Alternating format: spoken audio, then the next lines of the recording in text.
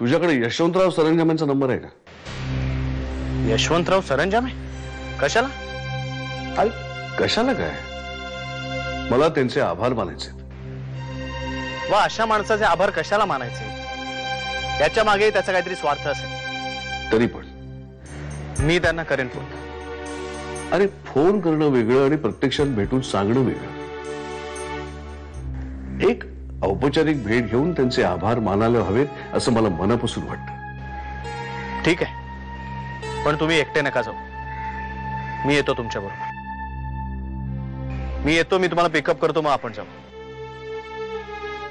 मुळात सत्य लपून राहू शकत नाही, निदान माझ्यापासून तरी नाही. आजपर्यंत राहिलेलं नाही. हा शोध किती काळ चालू राहील? शोध सुरू झाला की संपेपर्यंत चालू राहतो. त्यात खंड पडलेला मला आवडत नाही. कसलं सत्य उकरून काढणार आहे हा? आणि हा आहे तरी कोण, ज्याला मी कधी पाहिलं नाही, या जन्मातही नाही आणि गेल्या जन्मातही नाही. काळाने तुझ्या आयुष्यात अनेक कोडी निर्माण केली,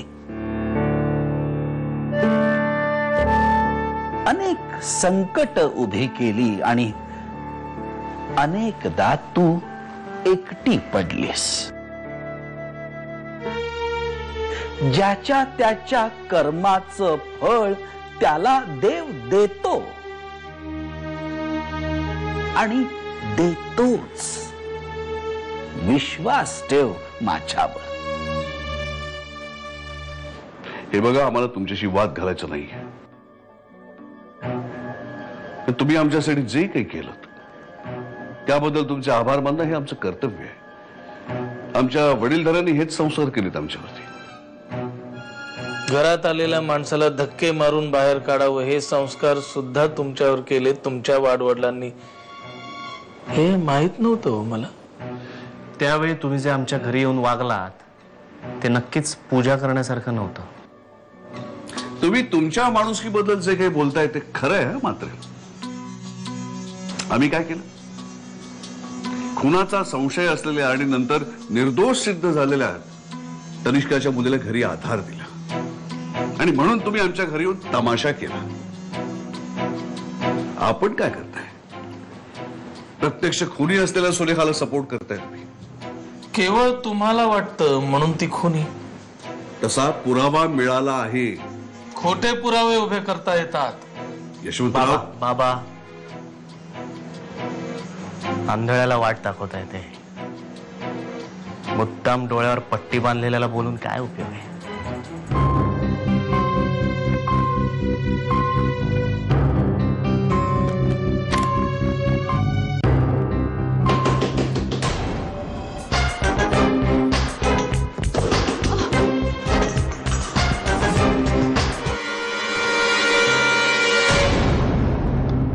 दरवाजा उघडायला उशीर लागला वय का?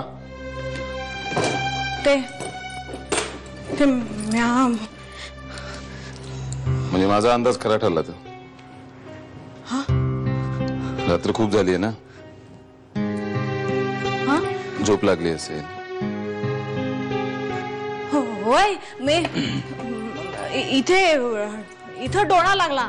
मी इथंच होतो. तुम्ही हातपाय धुवून घ्या, मी जेवण गरम करतो. नाही नको, मला गार जेवण चालतं. आणि पुढच्या उशीर झाला तर थांबू नकोस, घरी जा. इथे यायला मलाच उशीर झालाय, थांबावं तर लागणारच. काय झालं? हा, येतो. जेवण ठेवलंय.